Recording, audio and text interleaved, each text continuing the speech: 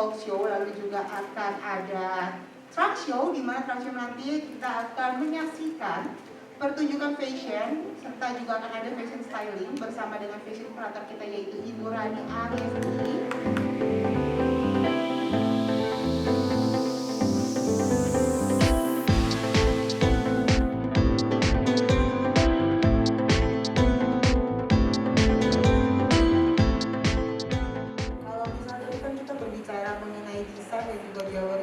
Karena ibu memang menempuh pendidikan di bidang itu ya Bu ya, bidang desain. Nah, tapi aku penasaran nih, bagaimana sih ibu bisa sampai melebarkan sayap nih, membuka beberapa cabang restoran yang bahkan nih beberapa di antaranya itu lebih mengarah ke anak-anak muda nih Bu. Memang karena ibu yang mau atau mungkin anak-anak atau gimana nih Bu? Nah itu sebetulnya ya jadi orang tua kita mensupport anak ya. Kita juga lihat passionnya anak. Yes.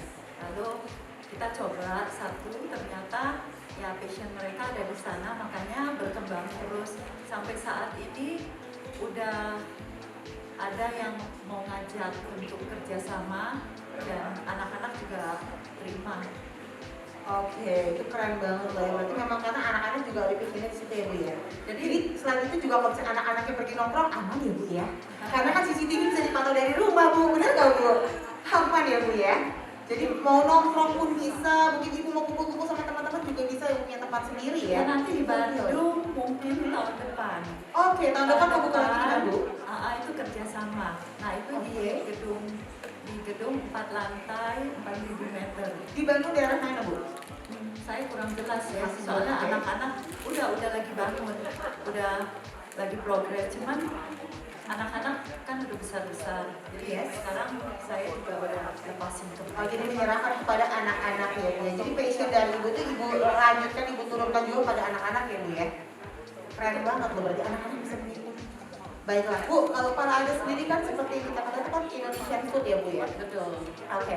Nah apa sih Bu yang membuat ibu sampai mau membuka restoran Indonesian food? Karena kan kalau sekarang orang-orang pasti pikirnya maunya ke western atau mungkin ke eastern, mencoba-coba yang sedikit berbeda. Apa sih yang membuat ibu tetap strict mau ada di Indonesian food aja nih? Oh iya, yang pertama mungkin saya dilahirkan di Indonesia. Jadi saya ingin semua orang pengen tahu gitu bahwa makanan Indonesia itu enak, dan rempah-rempah Indonesia itu sebenarnya kalau dimasak itu tidak terkalahkan dengan makanan western yang di luar. Jadi pertamanya memang saya suka makan Indonesia dengan suami saya. Jadi akhirnya terlahirlah Pala Adas makanan Indonesia Nusantara Indonesia.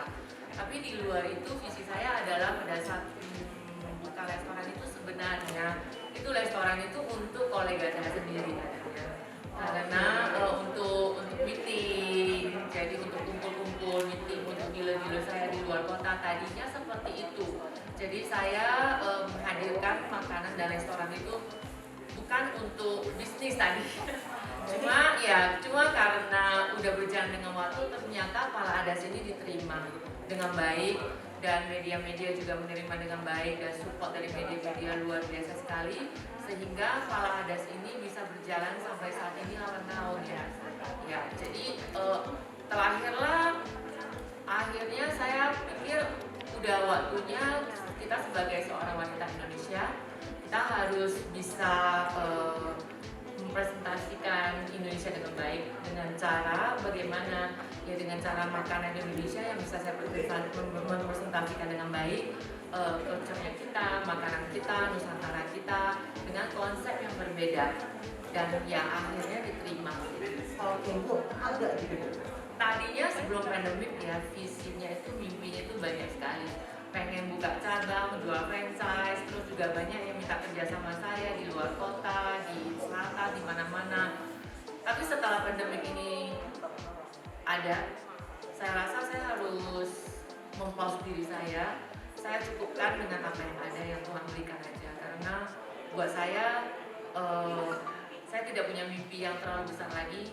Yang penting sekarang aja, yang ada aja, karyawan saya bisa ada dan hidup aja, bisa berjalan aja, itu udah membuat saya bahagia. Makanya akan datang. Baiklah, kalau kita doakan semoga pandemi cepat selesainya ya Bu ya.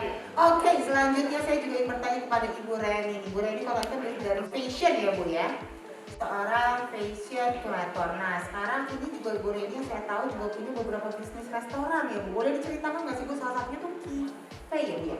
Kivi, bacanya Kivi ya Bu ya? Oke, bacanya Kivi. Nah boleh diceritakan nggak sih Bu, kenapa Ibu dari seorang fashion curator tiba-tiba membuka juga nih, melebarkan sayap nih, membuka restoran Bu? Sebenarnya sama ya, seperti ibu-ibu juga banyak yang punya restoran juga. Sebenarnya restoran itu kan sebuah kayak lifestyle ya. Mau di saat susah atau di kondisi apapun, orang mungkin akan memilih makan dulu dibanding spend money ke yang lain gitu ya. Jadi pertama restoran itu adalah sebuah kebutuhan ya. Cuman di sini pada saat mendirikan Kivi Kitchen ini udah 3 tahun ya, 3 tahun lebih, udah jalan mau 4 tahun. Nah ini karena memang awalnya saya tinggal dan kebetulan building itu ada di tempat di Tebet. Di Tebet itu area yang memang dikenal untuk makanan. Kuliner ya Bu ya? Jadi kalau misalkan di selatan sebelah sana Kemang, di sini Tebetnya gitu. Itu terkenal di tempat makanan. Sampai semua franchise yang terkenal itu semuanya ada di jalan raya itu. Nah pada saat saya berpikir Starbucks bikin, Hokben bikin, apapun pokoknya semua brand ada di jalan itu. Saya pikir kita coba kita coba yang awalnya saya pikir mengusung konsep halal, terus interiornya juga saya bikin homey, instagramable gitu, lebih ke juga casual dining kayak fine dining. Jadi memang kita tidak waktu itu sebelum pandemi memang kita tidak mengusung konsep fast food. Jadi semua itu chef yang masak, orang datang, chef masak, serve, jadi semuanya serba hot dan fresh. Seperti itu sih sebenarnya. Oke, baiklah. Jadi memang mencoba juga ya Bu ya, Iya, untuk mengembangkan ya. Kan dalam kita membangun sebuah bisnis kita lihat pasar ya. Iya, benar, peluang bisnisnya juga. Kebetulan juga kita punya aset properti di situ, daripada disewain orang yang untung mendingan kita sendiri yang membangun bisnis. Benar sekali, luar biasa. Tepuk tangannya dong untuk Ibu Reni. Benar sekali, daripada disewakan orang yang malah jadi lebih berkembang, kenapa tidak kalau kita bisa berkembang sendiri juga ya Bu ya? Luar biasa. Baiklah, dan sekarang kita akan kembali lagi kepada Ibu Rina nih. Nah paling seru nih, wanita di antara pria-pria katanya nggak ganteng, nggak apa-apa Bu, nggak ganteng Bu ya, tapi bisa menghasilkan yang ganteng-ganteng ya Bu ya. Oke, penghasilannya ganteng Bu ya setidaknya. Baiklah Bu, saya penasaran nih, kalau untuk bisnis karoseri ini sendiri, nah kita kalau berbicara mengenai pandemik ya, atau pandemik COVID-19 ini Bu, pasti kan berdampak pada semua pihak, mulai dari properti, lalu juga fashion, jewelry, lalu juga culinary. Nah bagaimana dengan karoseri ini sendiri Bu? Karoseri ini terkadang dampaknya itu tidak hanya karena pandemi aja. Pada saat tambang turun, karoseri akan ikut turun. Oke. Karena angkutan kita lebih banyak dikirim ke luar pulau dan rata-rata untuk mengangkut batu bara. Pada saat pandemi ini terjadi, properti turun, kita juga kena imbasnya.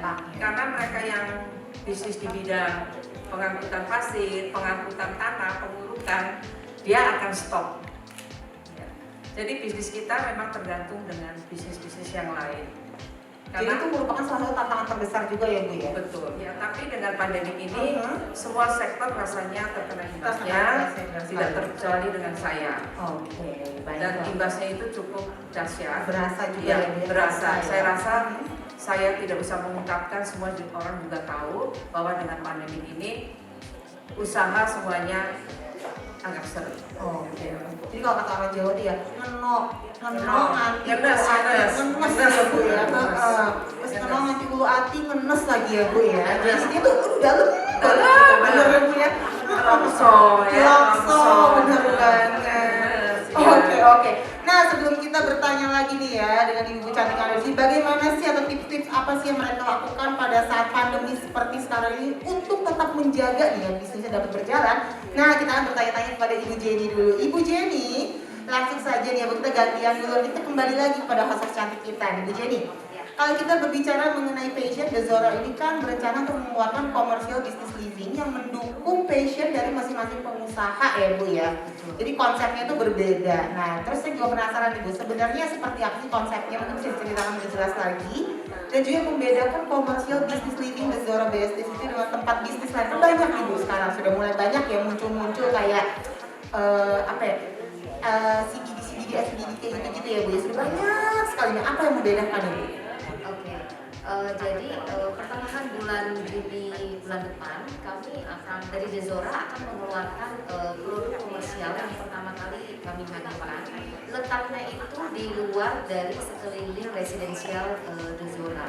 Konsep yang kami usung adalah commercial business living. Artinya dalam satu area itu area bisnis dan area living itu berada dalam satu tempat hunian, satu unit gitu ya. Jadi lebih efektif dan pastinya juga lebih efisien gitu. Dan juga kami menghadirkan atau mengusung konsep bagi mereka-mereka yang kita sebut fashionable society seperti ibu-ibu yang ada di sini, mereka-mereka yang up to date.